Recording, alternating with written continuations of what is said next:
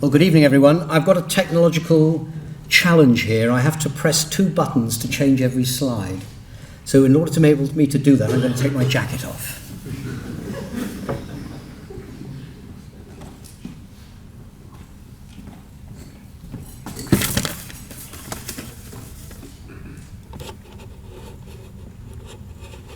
Just got to get this going. At this end.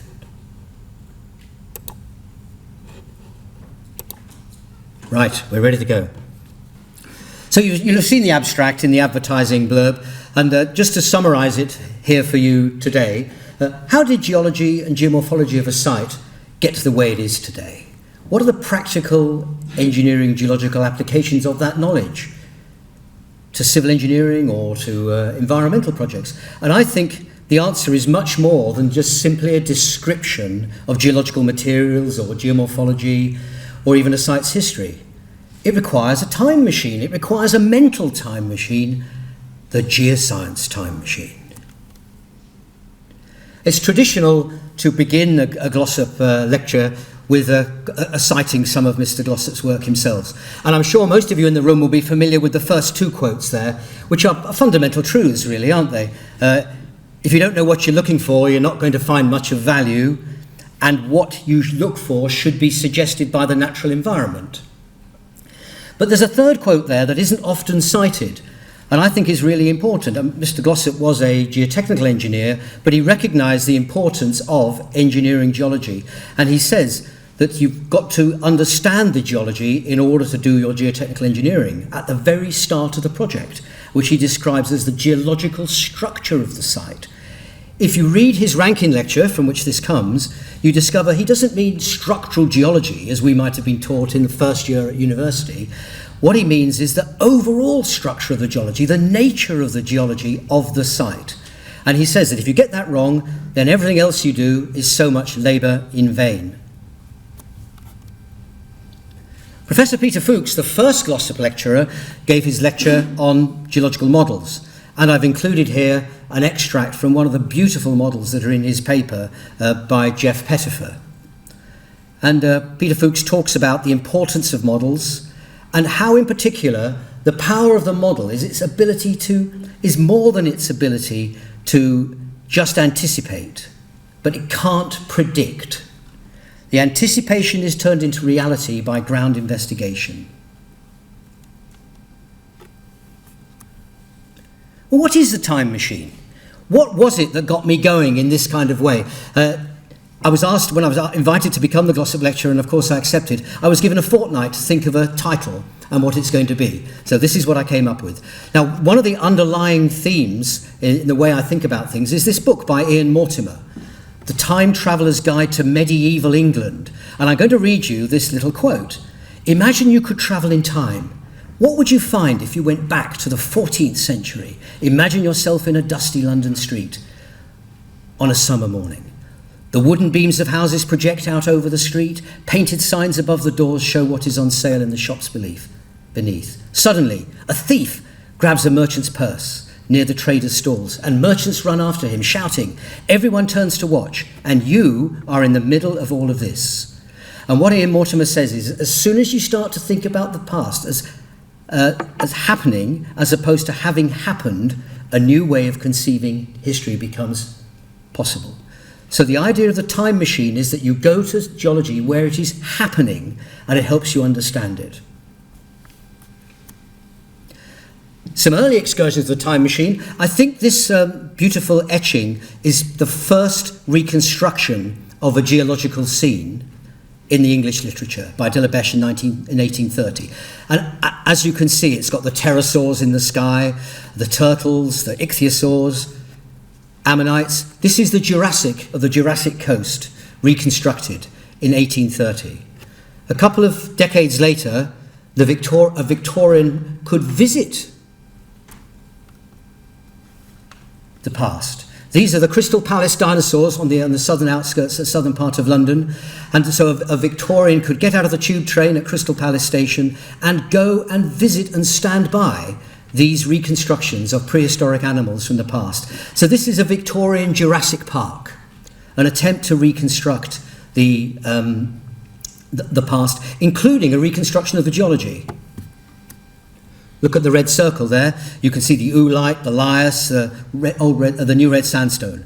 So this is an entire geological environment rebuilt, so the time travelling by the Victorian public there. But I also started to think, what is a modern example of time travelling? Have we done it in the modern times? And then it suddenly occurred to me, yes, we have. Dr. Jack Schmidt is the only geologist to have visited the moon, did so in 1972, and spent 22 hours wandering the lunar landscape. The moon is a very ancient celestial body. The surface is many millions of years old. So in getting out of his time machine, in this case the lunar module, he is stepping back in time. And as he said when he gave a lecture at the Geological Society a few months later, man was there to see for himself. So why do we want to use the time machine? I suggest to you that the geoscience time machine can be a tool in engineering geological practice. It helps us envisage, investigate, understand the conditions and the processes of the geological past. When I showed an early version of my paper to a colleague, he said, "But David, how do you use the time machine? Well, what's the manual? What are the operating instructions for the time machine?" Well, here they are. First of all, you must employ the fundamental principles that underpin modern geoscience. The law of superposition, the principles of uniformitarianism, Walther's law, and I'm sure you in the room here will have other laws and things that you think underpin what you do. You get out of your time machine and you say to yourself, where am I? Am I on a hillside, in a riverbed, on a landslide, on a beach? And what is going on here? Can I understand this environment in terms of geological processes and geological materials? Then, using our normal techniques as espoused by Professor Fuchs and many others, develop a model through field observation, through mapping, through understanding the regional and local geology and so forth. And you take this understanding, you take it back today, and you apply that to your geotechnical engineering and your engineering geological work. So in my lecture tonight, I'm going to go through a few case history examples. We're going to go to the Lambeth Group strata in London. We'll talk fleetingly about Alfred Wegner and continental drift, visit a karstic limestone, a British earthquake, some gas pipelines in the Sahara. We'll go mammoth hunting in Sussex, and we'll end up offshore at a wind farm. So the Lambeth Group is well known, I'm sure, to many, but just in case there are people listening in who don't know about the tertiary of the London Basin, I've put 3 quotes down here to get us going. So the Lambeth Group is sedimentary strata deposited in the tertiary period, laid down in embayments on the eastern margin, on the western margin rather of the North Sea. And most importantly, during deposition, there were 3 cycles of sea level rise and fall. And as the last quote there, which is from Professor Haidt and his team, who produced a Syria report on the Lambeth Group, these small variations in sea level have a big impact on the complexity of the strata. So the changes of environment are very important. And as quoted there from Jackie Skipper, the middle quote, this is all taking place in a subtropical environment. This is a table that I've compiled based on some work by Jackie Skipper with additions from Professor Haidt and Tim Newman to show the cycles in the Lambeth Group. Cycle 1, Cycle 2, Cycle 3. And you can see they're separated. They begin with transgressions, that is a sea level rise, and they end with an unconformity in the sea level pulling away. Just zooming in on the table, here is Cycle 1 and the beginnings of Cycle 2. And as you can see, the oldest strata, oldest are at the bottom of this table, of course. So there's a shallow marine incursion.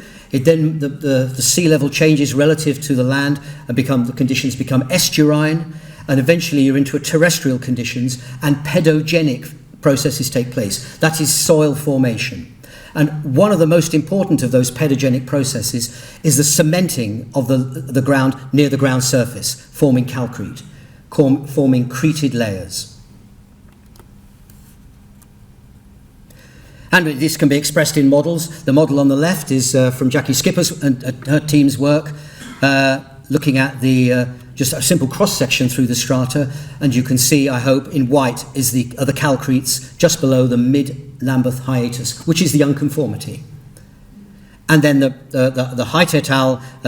Three-dimensional model showing a particular landscape, but also revealing the geology at depth.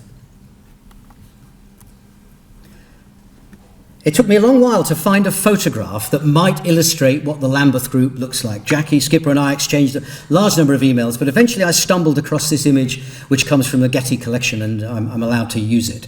So this is the River Zambezi. It's not a close analogue, but it just gives you the impression. So you could imagine getting into your time machine and visiting somewhere like this. If you landed in the far distance, you'd be on the terrestrial terrain where the pedogenic processes are happening. If you came nearer the camera, you would be in river channels with sandbars, sand channels eroded into estuarine deposits, for example. It's not a good match, but it's a good mental image to get you going in your thinking. But also, you can look at the Lambeth group by getting close to it. You could dig a tunnel. So this is one of the Thames Tideway tunnels, and Tim Newman kindly got me permission to use this photograph, and it shows the mid-Lambeth hiatus, which is that red arrow. So beneath it is the calcretes, and beneath that are the tropically weathered soils, those multicoloured soils that are so famous for the clays within the Lambeth group.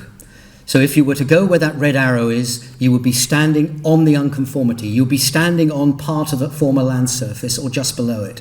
And the grey clays above are the marine clays that come in with a rise in sea level. And of course we have to think about the geotechnical implications of all of this. So I've taken this little quotes from the Syria report that I've mentioned previously, and it's got many chapters on various aspects of the engineering of the Lambeth group. But here I'm talking about deep excavations and dewatering.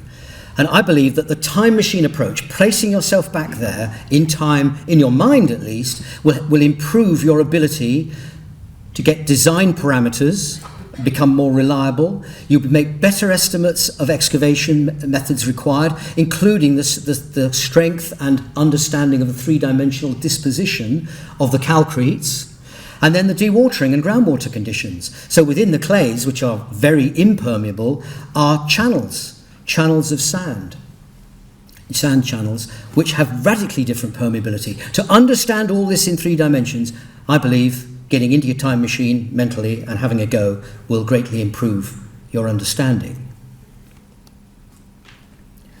So in summary, the geoscience time machine, in this case, enables the engineering geologist to have an improved understanding, to integrate and interpret the surface and subsurface data, to increase the reliability of what we do, and particularly the design parameters, and reduce the assessment of ground risks and the assessment of opportunities. Geology isn't always about finding problems, it's about finding solutions.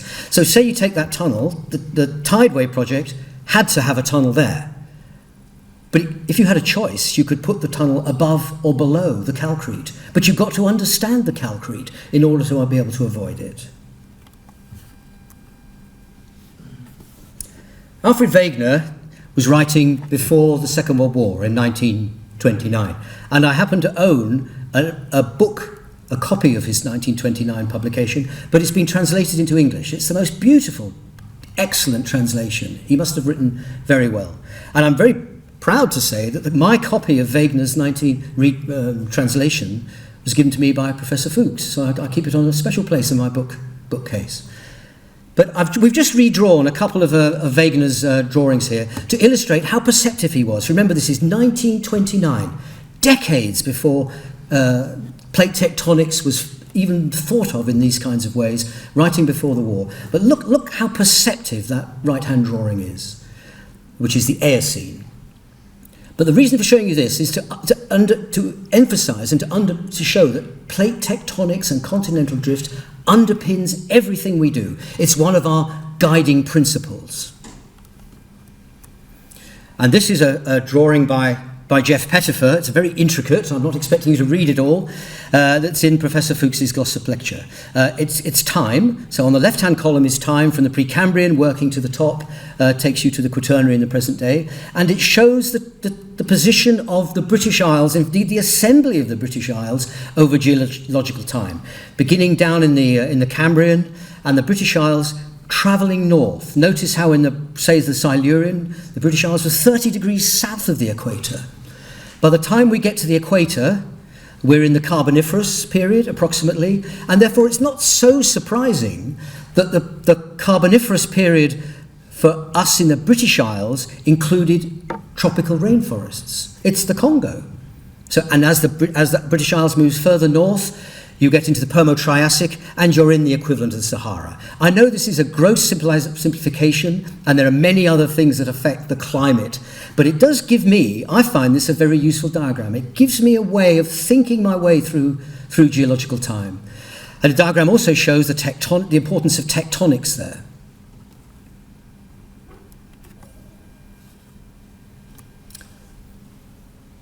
This case history is about a limestone in Devon, a Devonian limestone near Ashburton in Devon. Now, Atkins has been involved for some years with this particular quarry, and we've been assisting with various aspects of the quarry, including seeking planning permission for an extension and other matters. Confidentiality forbids me or precludes me from saying much about the quarry, but that doesn't matter. I don't want to talk about the quarry. I want to talk about the limestone itself, and I draw your attention to the straight road that is just behind the quarry, behind the crushing plant. You can see it behind the trees there.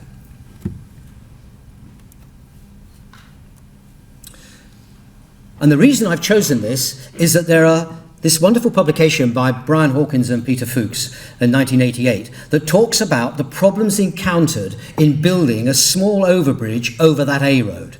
They encountered limestone, and this is a photograph from their paper in the Quarterly Journal. But the photograph's quite difficult to understand. So I've inserted here some red lines, and the red lines separate pillars or ribs of limestone.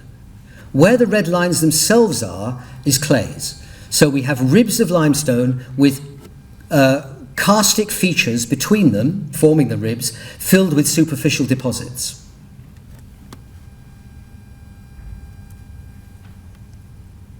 Tony Waltham, in his Glossop lecture, presented a classed classification scheme, and this is a coloured version of that. And I think that the conditions of the limestone that I'm talking about in Devon are similar to what we see where that red arrow is there. So there's subsidence sinkholes and an irregular rockhead. We don't have the other features, but that's part of it. So if we zoom in, this is the conditions that we're talking about here. An irregular pinnacled rockhead overlain by superficial deposits and the weathered residue of the limestone, and then sinkholes forming above the cavities. Now, the limestone is Devonian in age, so it's of considerable geological antiquity, but now it's near the surface, and for some geological time in the past it has been near the surface. So I want to take us back to the Tertiary, which, as we've seen, with the British Isles is in a tropical condition or subtropical. But there is a period in the Tertiary where the climate was much warmer, and that's called the Paleocene-Eocene Thermal Maximum, PETM. And I've shown on this drawing, which we've redrawn and simplified from a drawing by Morley, and we've added some colour, to show you what the PETM look like. So the British Isles and Europe, Western Europe, mainland Europe, is in that red ellipse. And you can see from the scale, I hope, that that dark green is megathermal rainforests. So our site in Devon was in the Tertiary in tropical conditions, and for some time was in a very severely tropical conditions with rainforests. This will have considerable effect on the weathering.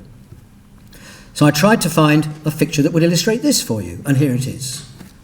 So Professor Cam Nelson from New Zealand has allowed me to use this photograph. It's a karst near Waitaimo in New Zealand, which is famous for its karstic conditions.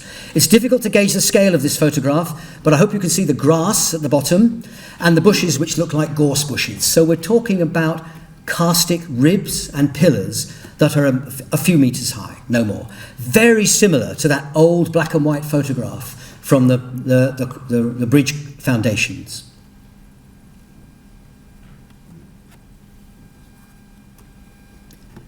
But after the Tertiary comes more modern times, and in the last 500,000 years or so, we've had at least 4 really big glacial epochs. So our landscape has been subjected to a glacial environment. Now that part of Devon, that part of southern England, was never glaciated. It was always in a periglacial zone. So for a considerable number of thousands of years, that landscape was in a periglacial condition. So you think periglacial, you think solifluction sheets, that kind of thing. And this is a wonderful photograph taken from Alaska of a solifluction lobes currently in operation. You could imagine in your mind's eye landing the time machine just where the photograph has been taken from and looking at these wonderful solifluction sheets and lobes coming down the hillside. That is what our site would have looked like, because there's one thing I've not told you, which is that the limestone in the quarry and on the highway is in a topographic low. So the hillsides to one side look just like this. So in the Ice Age periods, they weren't glaciated, but they had tens of thousands of years of conditions like this, bringing the material from the hillside down over the outcrop of the limestone. And the materials on those hillsides are slates, mudstones, sandstones, siltstones. Ideal materials for creating solifluction sheets. When I think about solifluction, I think of the work of Professor Chandler, and this diagram always comes to my mind. So this is some long time ago, the solifluction and active freeze-thaw conditions in the island of Spitsbergen in the Arctic. This is what we have in our mind. This is where the time machine could be visiting conditions like this. An active layer that's bringing material down the slope, and permafrost and shattered rock at depth. But the other reason that I chose this case study is that the authors, Hawkins and Fuchs, published some borehole logs. And these are the borehole logs they publish for the A38 Catton crossover bridge. And all we've done is take a copy from the Quarterly Journal and colour it up for ease of presentation tonight. So the limestones are blue, there are clay layers, or clay bodies in grey, and superficial deposits above, including superficial deposits that contain lumps or blocks of limestone, as in borehole 52A. The problem was that some people working on the project had attempted to correlate these layers in the limestone. So they correlate the clay layers across the cross-section. Very difficult thing to do. But the important thing there is that if you look at the limestone in outcrop, it doesn't have any clay layers. This limestone only has massive, crystalline, slightly metamorphosed Devonian limestone, which has been tectonized. So what is going on here? If we look at the next slide, the paper publishes one borehole log, and this is 52A, the one I drew your attention to earlier. And as you can see, we've used the same colouring, so the limestone is blue, the clay layers are this grey colour. But if you zoom in and look at the clay layers, look what the description says. Firm brown clay with fragments of shale, sandstone and limestone. Where's that shale and sandstone come from? They've come from upslope. They've come from the slope wash, from that solifluction, from the periglacial conditions. So these aren't layers of clay. These are cavities within the limestone that have been filled over geological time. So we're clearly dealing with a karstic landscape.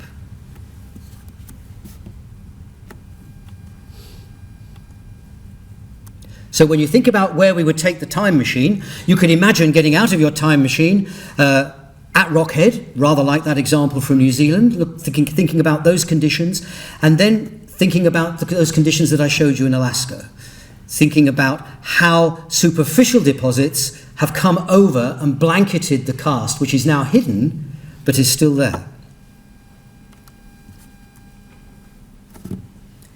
Let's go somewhere else.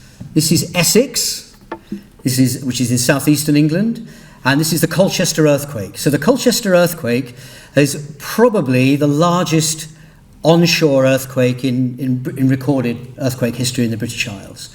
And I'm using this example because I want to talk about the use of historic documents. So we're not going back far in time, and we have documents to think about. And the reason that I was working on this project was that I was a lowly member of the Central Electricity Generating Board's Seismic Hazard Working Party, which was led by the late Dr. Brian Skipp, who passed away only recently. And the CEGB wanted a reassessment of the UK earthquakes in order to reassess their functioning nuclear power stations, to check that they were sufficiently well designed for the kind of earthquake that modern science would estimate would be there. So the task that I had, principal task in that project, was to evaluate particular earthquakes, working with colleagues, and we used the MSK intensity scale. So intensity is the amount of local vibration that you get at an earthquake in any given place. It's not magnitude, which is the total amount of energy released by the earthquake. And in order to assess historical reports of the damage that an earthquake did or the effects it had, we need to have a scale. And the MSK scale enables you to do that systematically and repeatedly. And because this earthquake was sufficiently large that it damaged buildings, I'm going to talk about building damage. And the first thing you need is to be able to classify your buildings. So here we have very poor rural structures, a type A, brick buildings of a more conventional type, half-timbered structures, a B, and then a modern timber building would be C. So that's the classification of the types of buildings. You then need to classify the damage. Fine cracks, fall of plaster, windows breaking, that kind of small damage, grade 1, right through to grade 4, sections of brick walls falling, or grade 3, cracks in big brick walls.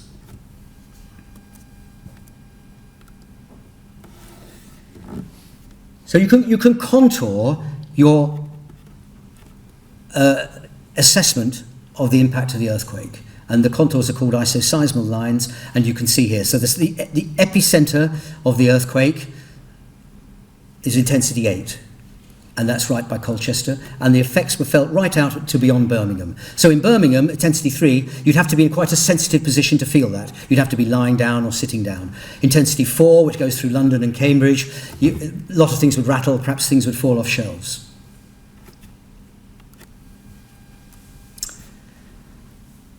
On the right here, we have a zoom in of the individual results for individual villages. Now, we assessed two types of data.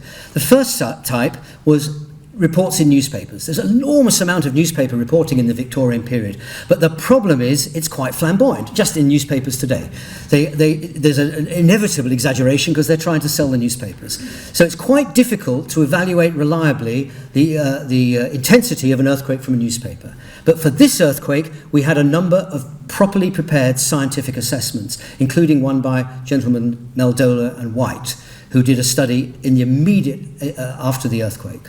And you can see, I hope, from the map on the right, that the epicentral area isn't at Colchester, which is slightly up in the centre of the drawing, but is around the village of Peldon.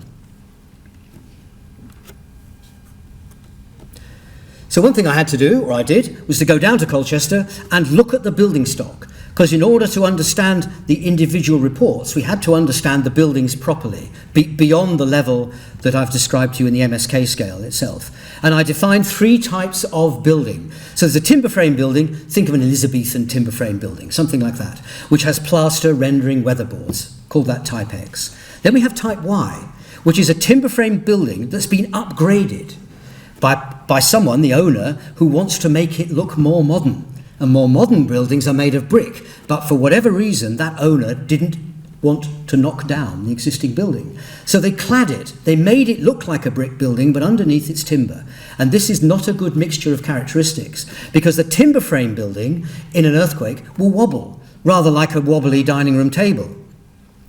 But the brick, veneer, is very fragile, and will peel away with the timber bashes against it. So we're looking at a very vulnerable structure here. And this is the type of structure that produces very photogenic images or sketches in the record. And then we have brick buildings. So these are modern brick buildings, modern villa style. Remember, we're talking of the 1880s, villa buildings, schools, public buildings, something like that. So these three types of building behave in a very distinct way.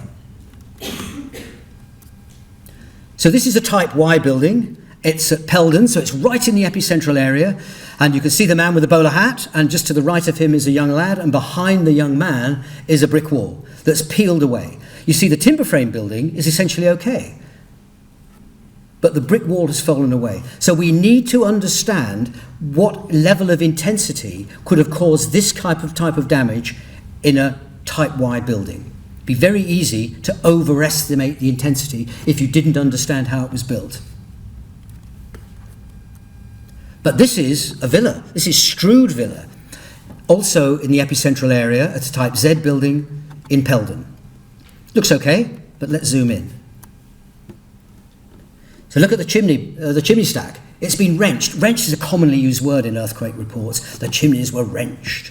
But also look at the parapet above the door. It doesn't look too badly damaged until you read Meldola and White's description. So the Strood Villa in Peldon, one of the worst cases of destruction that came under our notice. The building, although modern, 24 years old at the time, substantially built of brick, was without exaggeration wrecked. So there were a few examples like this in the epicentral area that enabled us to pin down with much greater certainty the intensity. So when we assessed intensity 8, it had a much better certainty and reliability. But the other thing we need to think about is the social context of Colchester at the time, in 1884. And we wrote in the paper, which was led by Brian Skipp, we wrote in the paper, the earthquake arrived after a long period of economic decline of the entire district. Impact was hard felt, particularly on the self-employed artisans whose homes and means of production were damaged. So it was the whole area was going through a bad time. What does that have with regard to the maintenance of these buildings, whose damage we're trying to assess? And looking at a bit more detail, the town of Colchester itself was run down. It was prosperous in previous years, but by the mid-1880s it had become a rather sleepy country town, we wrote. And the countryside was also in decline. The 1880s was quite a long period of deep agricultural decline in southern England and in other parts. So to go back, the town and area around Colchester, including the epicentral area, was not in good heart when the earthquake took place. So this was also fed into our understanding. We place ourselves back in time to understand the context of the scientific data that we are gathering. Oops. Now, in Meldola and White's big, thick report, which you can borrow from the Geological Society Library if you so wish, they have a table.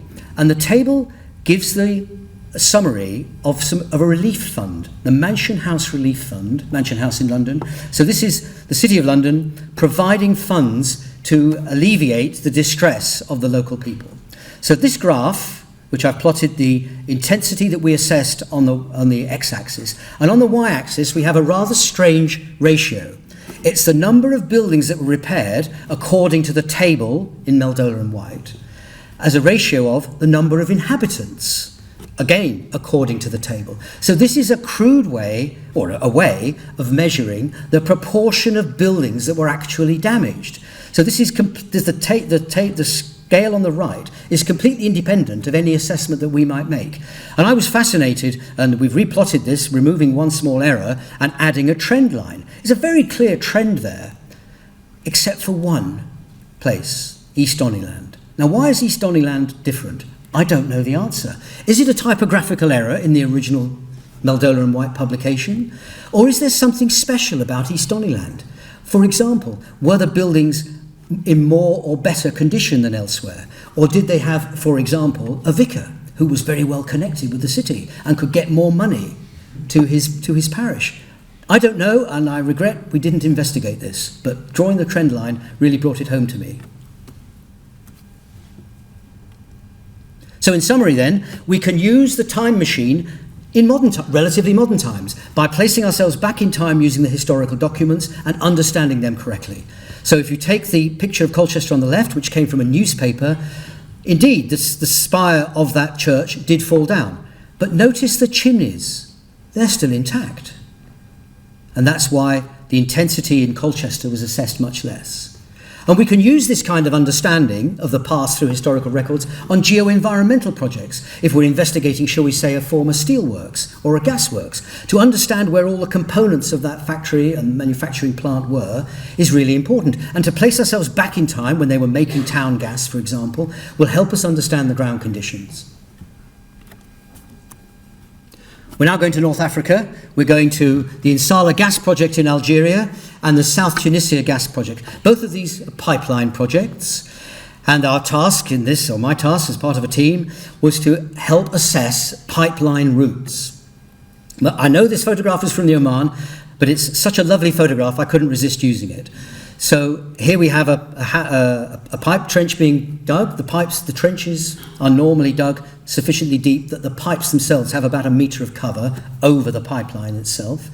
And here the ground conditions are so hard that a hammer breaker is having to be used. So these are creted deposits. These are jury crusts. And that is part of what we were being asked to look at, because the evaluation of trenching rates is critically important for the production rate and therefore the cost of pipeline construction. So here's one of my favourite photographs that I took in South Tunisia, gas pipeline project. So in the distance we have rolling hills, which are being leading down to a plain where there's a road, and I'm standing on the edge of a wadi, on an ephemeral stream that flows away from the camera towards the road. And you can see it's got shattered rock at the ground surface, and then there are sand dunes coming in. Deserts are not all sand dunes, as you can see. And this is a photograph taken from that project. What part of the routes we were following were next to an existing pipeline route, so we took advantage of what we could learn. And one thing we found were these large slabs of rock on the ground surface. So these slabs had been taken out of the pipe trench of this existing pipeline and placed to one side. Now this is my former colleague Jeff Fraser here. Now, just as I'm small, he is big. He's, if you think with his boots and hat on, he's probably close to 2 meters in height there. So we are looking at very thick slabs, and these are jury crusts. These are creted deposits, silcrete or mainly. And they have almost no fractures, so the size of the slab there is a function of the hammer breaking, not the size of the joint spacing. So these are really big problems for pipeline construction, and we need to understand them. So we need to go back in our time machine. And I very much like this paper by Mark Lee, Professor Fuchs, and my colleague Andrew Hart about the evolution of landforms in the Sahara, in the Algerian Sahara, but it applies to South Tunisia as well. And so they talk about the early part of the tertiary and point out that the African plate, as we saw with Wegner, was 10 to 20 degrees south of its present condition, and it lay within a tropical rainforest. And it's this tropical condition, the hot, humid tropical conditions, and the intense tropical weathering that led to the formation of these jury crusts, the ferricretes and the silcretes. In the Algerian project, we had slightly different jury crusts, shown in this diagram that I drew for a paper that the team published in 2012, and it's just been coloured up. So we have bedrock. Over to the right we have a wadi, an ephemeral stream, and then walking away from the stream along that slope, you come to soils which contain a floating jury crust. And notice the very extreme vertical exaggeration on this drawing. So if you were to make a pipe trench, say under the F of floating jury crust, you would want to understand how thick those jury crusts were. So understanding the environment in which they were formed is vitally important. So we can return now to the Lee et al. Paper, and later on in the tertiary, the Atlas Mountains occur on the northern coast of Africa, widespread erosion, and then Savannah, more humid conditions. So we're looking at a different set of conditions, more humid, higher water tables, and the formation of another layer or another generation of ferricrete and silcretes. And it could be that the examples I've shown you from the Insala project are from this period in time. But not only when you have a higher water table, you start to trigger different Earth surface processes. You very seldom get landslides in a desert, but in a savanna with high water tables and storms, the landslides become reactivated. And understanding the activity and the behaviour of landslides becomes important for pipeline routing if you've got to take a pipeline up an escarpment or round the base of an escarpment, for example. And then, of course, desert conditions occur later on in the tertiary, 7 million years ago. But that's not the end of all the changes in the Sahara. In the last 500,000 years or more, there have been a series of humid periods. Now, this rather complicated graph, which I've put together from two separate sources, begins, if you look at the black lines, these are the oxygen isotope stages of the last roughly 2,500 years. So these are the oxygen isotope ratios from microfossils from the ocean. And they're dated, and the ratio relates to the temperature, whether it's warm or cold. So if it's a low ratio, it means the conditions were warm, and if it's a cold ratio, it means if it's a higher ratio, it means the conditions are cold. So you get a graph going back in time of changes of climate. And the warm periods are conventionally numbered with odd numbers, because today we're in number 1, and it goes back, and you can see 3 isn't a very big warm period, then there's 5e, 7, and so forth. And then the colder periods, which are the glacial periods, are given even numbers. And then on this I've overlaid the African humid periods when Africa was particularly humid, and this is the so-called Green Sahara. And they occur, as you can see, this is from the work of Pausata, they occur almost entirely at the periods of warmth. So we're looking at a completely different condition. So if we go back to the last interglacial, what the European continental geologists call Eemian, we call Ipswichian, and this is about 125,000 years ago. If we go back then, we have, from Pausata's paper, a couple of maps here which we've redrawn, simplified, and then added colour to. And you can see in the present day on the left-hand side, we have the Sahara and a series of vegetational zones going south until you end up with a tropical rainforest on the equator or close to it. But in the Ipswichian, 125,000 years ago, in the Eemian AHP, it's very different. Notice the size of Lake Chad, for example, and notice that the bulk of the Sahara, including the 2 projects I've been talking about, are in wooded grassland, 10 to 40% tree cover. So what would that landscape have been look like? If we got in our time machine, what would that part of the Sahara have looked like? I think it might look something like this. This is a photograph that David Cliff has allowed me to use. This is Savannah in Uganda. Rolling grassland, trees. Maybe there are more trees than that because people live here and perhaps they're chopping trees down for firewood. But compare this in your mind to that photograph where I was in the Tunisia looking across the valley with the road in the distance. It's the same shape of landscape, but utterly different. The time machine helps us understand that, I suggest. So you could visit with the time machine deep in the early tertiary with these big slabs, maybe slightly later with floating jury crusts that follow the landscape, maybe in that later period. And then of course, we have these African humid periods and the effect that they've had on the landscape. How do we use all this information in our engineering assessment? Well, the techniques we use for pipeline routing and for other things is engineering terrain evaluation.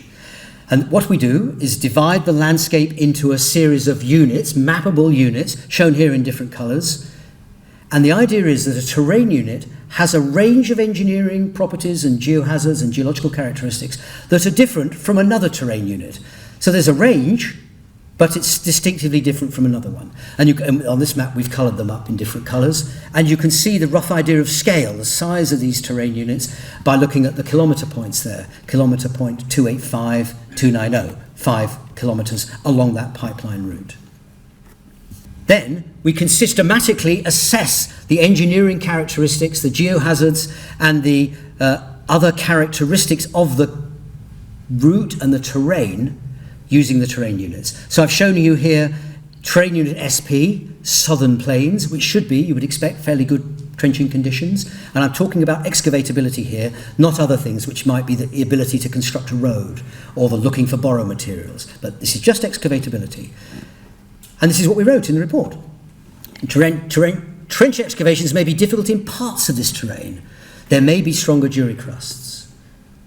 Trenching equipment needs to be selected carefully, and the site investigation needs to think about those. We were doing reconnaissance level work. And almost certainly you're going to be able to excavate with a large backhoe excavator, but with a rock breaker of the sort I showed you from Oman on standby, should you encounter some of these jury crusts, which in this terrain unit were thought to be infrequent. And you could also consider the use of large trenching machines, really big machines that excavate a trench, but do not like stronger materials, like treated materials. So bringing this all together you can make an assessment of excavatability. Right, we're going to Sussex. We're going to the River Arun, which is a lowland river in southern England, flows through the South Downs of chalk, and you can see a chalk bit in the hillside there. The River Arun has the most spectacular curving meanders as it makes its way to the coast. And it makes its way to the coast at Littlehampton, and we're going to a little village called Burpham, which is just upstream of the historic town of Arundel. And the reason I was involved there is that I work with the Arundel Museum, and the museum decided to get together a little project working with the two archaeological institutes that you see there. And the reason for that was to look for the remains of elephants, or in other words mammoths, that had been found in the 1820s in a bed of gravel on the estate of John Druitt, and indeed in a bed of sand when it was described later on in 1824.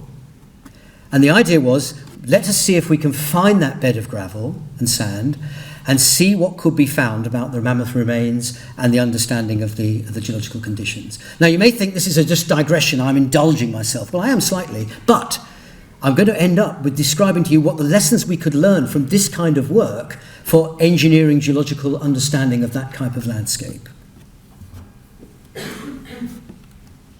So the River Arun is famous, and indeed the nearby River Ada is famous for its river terraces. And the Arun has 5, possibly 6 river terraces. It's only a small river. But what you'll see from this table, particularly if I go to the next slide, is that the river terrace gravels are all formed in glacial periods, either normally at the beginning or the end of the glacial period.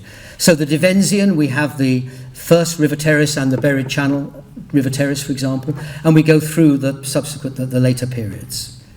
So what we're looking for is a periglacial river terrace, because that's almost certainly where this sand and gravel came from. And this photograph, which I've got permission from Oxford Archaeology to use, well actually it's an image, isn't it, is the sort of thing we have in mind. So you think of periglacial braided rivers in lowland England, or lowland Britain, and this is what you have in mind. Well, they're the mammoths we're looking for, and there possibly are the humans. We would be lovely if we'd found a stone tool or indeed the remains of human occupation. But that's the target, and this is the mental model with our time machine is what we're looking for. The River Arun today looks like this. So in the background we have the chalk hills.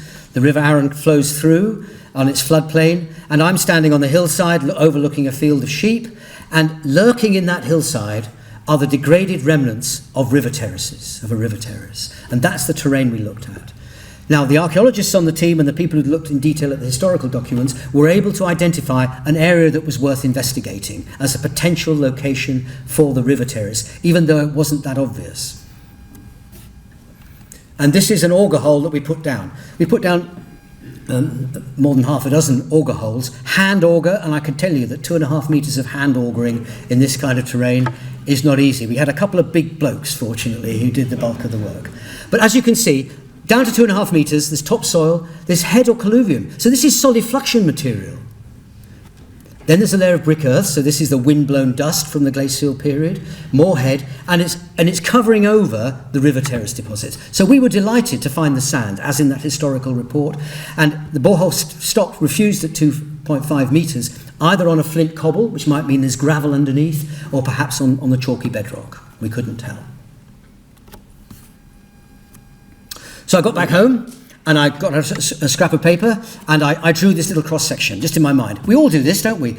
I had one in my notebook in the field, but I just tidied it up to send around the team.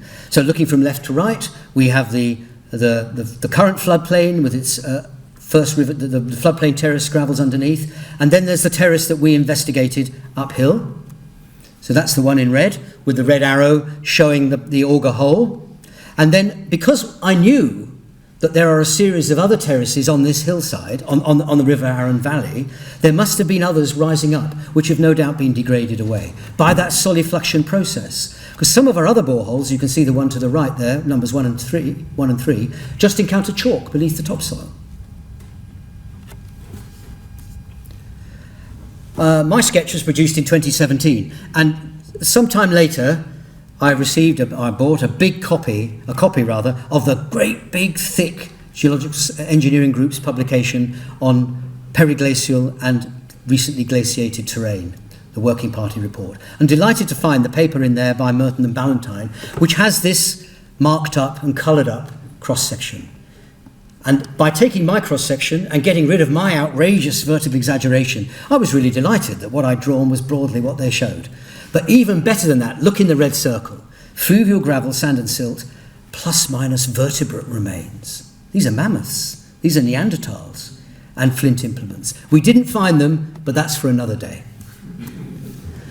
Sometime later, the geophysics work that we did was reported to us, and this is the geophysics cross-section. The vertical blue arrow shows that borehole I've shown you, auger hole 7, and used by the geophysics interpreters to correlate. And the bottom of the terrace is shown by that blue arrow. So I was delighted that all these three pieces of information all fitted together rather nicely. The conceptual understanding, the auger hole itself, and the geophysics. Well, what has this got to do with engineering geology? Well, I'll give you some thoughts. The first one is that the multidisciplinary approach, we had a whole range of disciplines there, enabled us to achieve more than if an individual discipline had been there. That's a well-known truth, but it's worth saying we need multidisciplinary teams. The time machine enabled us to go back to the periglacial conditions and looking at the modern conditions, and then it's going to help us manage the risk for ground engineering works. Now, I have to stress that there is absolutely no intention whatsoever to develop that part of the Arun Valley. It's in the South Downs National Park, but I'm just using it to illustrate, as an illustrative example, if we investigate similar terrain somewhere else. The first thing is, there's a variable chalk rock head. Secondly, a localized occurrence of superficial deposits that are granular, the river terraces. So if you imagine you were trying to build, say, a bridge abutment somewhere there, and you were putting down some boreholes, one borehole might discover chalk just beneath the turf. Another one might encounter the granular superficial deposits, in other words, a terrace. We know the terraces are infrequent because of subsequent erosion. So the correlation of boreholes becomes more rational if you understand the three-dimensional geological model built on your understanding of the processes. Think of the time machine. And then, of course, because we're dealing with periglacial deposits, we have relic shear surfaces in the colluvium. But another thing that occurred to me as I was putting the paper together is that the farmer was digging a hole in this terrace. He wanted the sand and gravel for some use on the farm. He left a hole. Holes are extremely valuable. They get filled with rubble, with waste, with brick rubble perhaps, but they might be filled with contaminated material. So understanding this three-dimensional arrangement also has a great bearing on geo-environmental projects. Dearie me, I didn't show you that. I do apologise. That's what I've been talking about. I told you I'd get into trouble with these multiple buttons to press. Now we're going offshore. We're going offshore Brighton, and offshore Brighton is the Rampion wind farm. This is a photograph I took a couple of years ago, and I managed to take a photograph of a wind farm that doesn't just have wind turbines. So I was quite pleased with that. And the Rampion wind farm is offshore Brighton, as I said. And there are, in fact, two Rampion wind farms. There's the one that's operational, which Atkins has worked on. We did a lot of ground characterization work as input into the foundation design of the monopiles for the wind turbines. And that's Rampion 1, shown in the yellow here. But there's Rampion 2. Rampion 2 is the next phase, and it's currently being investigated. And I have to say, it's not the size that you see there. It's going to be approximately the size of Rampion 1. What you see there is the outline of the environmental scoping area. So this is where a lot of environmental work is being done. It's not going to be covered in wind turbines. And I've got this from published work by Wood there.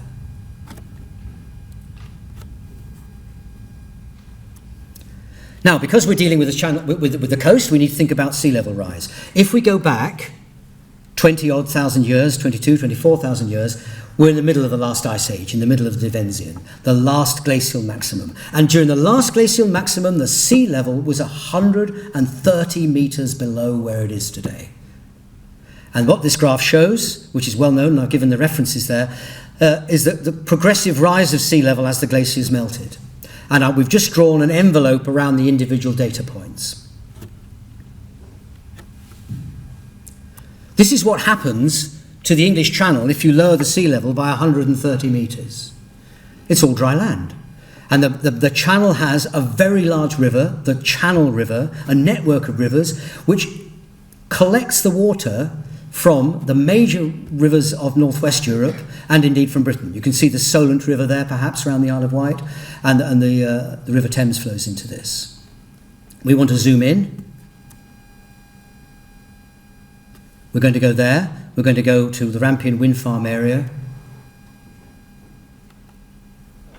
Zooming in again, you can see the River Arun there and the River Ada, but there's something strange about this map. For some reason, and I don't know why, the River Arun doesn't flow across the seafloor, across what was dry land, and ending up in the northern Paleo Valley. And I think this is just due to lack of data, because the original work was by Antoine in 2003, long before the detailed geophysics was done, I suspect. And it's modified slightly by Merton and Ballantyne, but they didn't insert the river there. But all is not lost. So I've gone back to that original map. Now this is our work on the Rampion 1 wind farm. And what those red areas are the positions of paleo channels that we identified from many, many hundreds of kilometres of geophysics data. So these are the paleo channels. This is what the rivers from the coast as we see it today will have done if they flowed southwards to the Channel River. But also I've shown here a little red squiggly line. This is a line published by Professor Gupta of Imperial College in 2008. This is his assessment of the centre line of the Paleo Arun. So the River Arun goes to Littlehampton, and then it works its way across what is now the seafloor, but would have been dry land, across the Rampion 2 area, and ends up with a little kick at the end.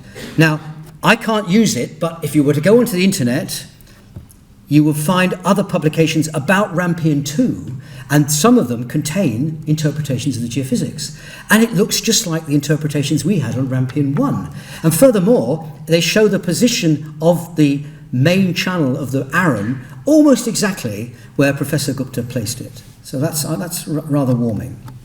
Now, the importance of these channels is that wind farm, the monopile turbines, do not like being founded in the materials that are to be found within a river channel. Loose gravels, soft clays, silts and peats. So the key point is the presence of those areas coloured in red are places where you don't want to put your wind turbine if you can avoid it, because you have to design very special foundations. So they are hazard zones. So if we now go back to our sea level rise graph and we think about 2 times visits with a time machine, you could visit when the sand and gravel was being formed and try to evaluate those kind of conditions, and you could visit much later on when the climate is ameliorated, sea level is rising, and the River Arun is depositing clays and silts and sands and peats. So here we are, we're back in our time machine. That's the image I showed you before. Periglacial conditions, braided rivers, gravel bed rivers. But then we can go to the Holocene, and this is a Mesolithic period, if you're into archaeological periods. And I found this report. The seabed of the River Arun in the late Mesolithic. So this is a publication by Wessex Archaeology, who are an archaeological organisation that specialise in marine archaeology. And I've shown on the right one of the river channels that we identified at Rampion 1. It's about 2 kilometres wide. So if we were to get in our time machine and land just in front of that little tree, you could have a talk with our prehistoric ancestor and look at this landscape. This is what the River Arun looked like, say, 8,000 years ago. And it's these conditions that the wind turbines have to avoid, because you can't have easily turbines built in those kinds of fine-grained conditions, including the presence of peats. Now, when I was putting my paper together, I sent a draft to some colleagues, and one of them came back and said, one of the key points you must stress, David, is that communication is so important. That Time Machine is more than an aid to getting technical things right. It's an opportunity to blow the trumpet for science communication. It's a way of engaging people. And I think it's, as this author wrote as well, it's about understanding and thinking of risks and discussing them with clients. It's an engaging way of attracting their attention. Say they're mechanical engineers, don't know much about geology, but the kind of approach I've talked about, I've found to be successful. The other big comment that came back was, where are the skills? Have we got the training, the knowledge, the experience? What training do we need? What does each of us bring to projects? How do we ensure that these skills are passed on through the generations? And anyway, are we sufficiently trained in a wide range of geologies and settings, as I've tried to illustrate this evening, to be effective time travellers, not just focusing on one set of geological conditions, one particular small part of the world? Now, the concept of the time machine, as I said at the beginning, is more than a factual description. You take yourself back in time, you're an observer, you then apply that understanding. So to paraphrase what Peter Fuchs said in 1997, the power of the geoscience time machine is more than its ability to understand and anticipate conditions.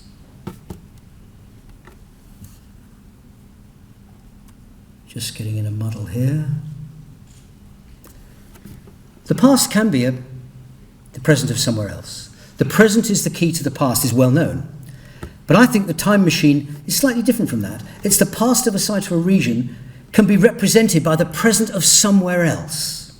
So by doing so, the time machine can aid our thinking, our understanding and conceptualization of the ground. So I believe it's an essential tool, and time travelling can be done throughout the life of a project. You can do it at desk study, at field reconnaissance stage. You can do it at detailed investigation stage, and indeed construction. And heaven forbid, you could also do it when things go wrong. So what skills do we need? Develop powers of visualization and imagination. Maintain a broad interest in the geosciences. Identify and understand present-day conditions and processes as analogues. And I think make really good use of case studies to engage interest. So that's the end of the technical part of my lecture. So I just must say the thank yous. First of all, I must acknowledge organisations and people who have allowed me to use hitherto unpublished information. So the trustees of Arundel Museum and the Duke and Duchess of Norfolk, on whose land the Bertham investigation was carried out. Barry Wilson of the Quarry Company in Devon, and Paul Andrews, who was project director for the South Tunisia gas line project. In my published paper, I'm going to reference everything properly and give proper assignments. And very lastly, acknowledgements to people. In thinking about this list, I felt I had to begin with the people who were pivotal in my training at university. So Dr. Bill Cummins was my tutor at the University of Nottingham, and I spent a year after that at the University of Cambridge studying archaeology under Dr. John Alexander. And I use that knowledge frequently. It's just part of the way I'm wired. And I have a feeling there may be people in the room who are wired in the same way. Professor Peter Fuchs, of course, has been an enormous influence on my life. I've worked with him for many years. He was my mentor, a severe critic, and I'm pleased to say a friend. But three other Glossop lecturers have been particularly influential in my career. Mike Sweeney, who's in the room today, Professor Dennis Brunson, and Dr. Mike de Freitas, who's also in the room today. But also Mark Lee, who is again in the room today, I'm pleased to say. Mark and I, paths have crossed on a number of occasions, and I've learned so much from him about geomorphology, about engineering geomorphology, reading the landscape. I must thank my former and current managing directors at Atkins, Dermot Sweeney, David French, Ron Morley, and Andrew Benson. And I must thank my colleagues at Atkins. There are too many to mention, so I thought I'd just mention the ones who've been instrumental in helping me put this together. Steve Coates, Stephen Fort, Dr. Andrew Hart, Tracy Radford, and Jessica Smith. But also Ashley King. Ashley King put together much of the illustrations where I've said something's been coloured in or redrawn was done by Ashley. Thank you to you all. And last but not least, I must thank my My family, in fact, my wife Pauline has put up with so much over many years. My children, Robert and Catherine, they're all three in the room today. And my late father, Michael, and his brother, Paul, who sparked and engaged my interest in geology. Thank you very much.